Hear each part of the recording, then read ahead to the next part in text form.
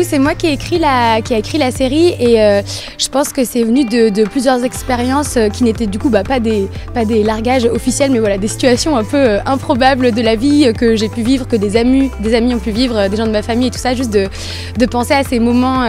de vie qui sont un petit peu complexes et l'idée était de se concentrer en fait sur la personne qui se prend le largage et de se concentrer sur ce personnage et de vivre le moment avec elle. Dans ce cas-là, c'est une fille et c'était en pensant à ça où je me suis dit c'est toujours montré comme un moment de drame ou quelque chose de terrible dans une vie, un avant, un après, et je me disais en fait c'est aussi parfois le début de la meilleure partie de ta vie quand quelque chose s'arrête, quoi. Donc de le prendre un peu comme un moment pas si grave que ça, parce qu'au final hey, tant mieux, quoi. Du coup de prendre voilà le contre-pied de ce qu'on peut voir habituellement sur les ruptures, qui est normalement très larmoyant. Ce qu'elle raconte pas, c'est qu'elle a écrit ça sur son vélo. Tout lui est venu parce qu'elle fait tout à vélo, tout pour aller au boulot, et en fait elle a écrit ça sur son vélo, et un jour elle est venue chez moi, elle m'a dit j'ai écrit un petit truc, est-ce que je peux te le lire, et du coup on était sur mon canapé et elle m'a lu 2-3 épisodes et je me suis dit mais c'était évident en fait dans ma tête, je l'ai vu déjà exister, et elle m'a dit est-ce que tu crois que tu pourrais un peu aider à la réalisation et tout. Moi j'ai fait un peu de réal mais pas grand chose, et je me suis dit bah oui, avec honneur, ce serait trop bien, et après elle m'a dit en fait est-ce que tu crois que tu veux bien réaliser, je dis où j'allais, et en fait je crois que le fait que je sois partante là aussi ça m'a aidé à une fois qu'elle m'a dit ok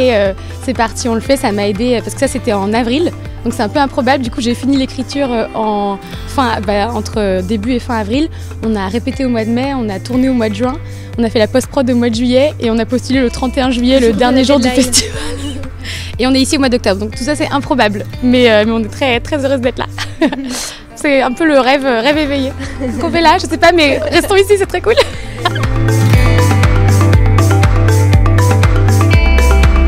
C'est fou parfois quand on repense à des relations qui se sont pas passées, qui n'ont pas eu lieu, et où sur le coup ça peut être vraiment, mais à l'échelle de notre vie à ce moment-là, c'est terrible, c'est une douleur hyper intense, et parfois des années plus tard on y repense et on se dit non mais en fait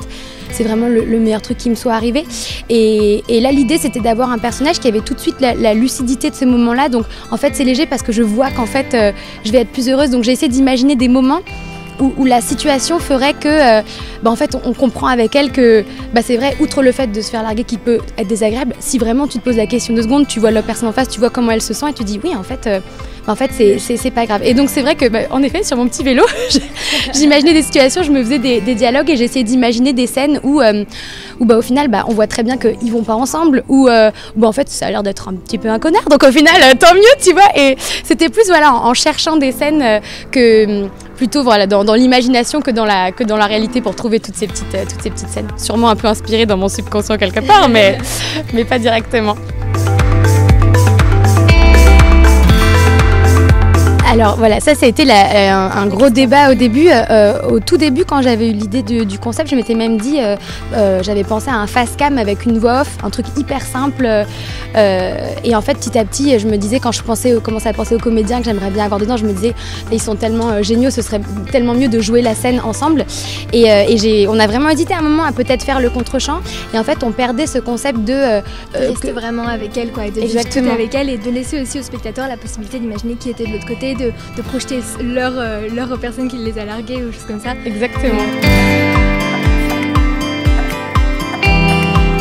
Comme on a des tellement super bons comédiens en face, ce qu'on a fait, c'est qu'en fait on a tourné des making-of. Donc là il y a 8 épisodes dans la première saison et il y a 8 making-of qui font à peu près 2-3 minutes aussi, où on les découvre sur le plateau mais aussi en face cam. On voit, c'est des making-of qui s'appellent L'autre côté, et on les voit aussi en face cam, et c'est pour un peu voilà, si vous avez eu la petite curiosité de savoir qui était de l'autre côté, on peut aller voir, du coup découvrir les comédiens pour les mettre un peu en lumière parce qu'ils sont tous incroyables. On a eu des situations improbables et nulles, mais pas de vrai largage. Tu sais, des trucs l'entre-deux nul. Tu suis quoi? L'entre-deux nul, mais pas largage officiel. C'est presque pire peut-être, je sais pas.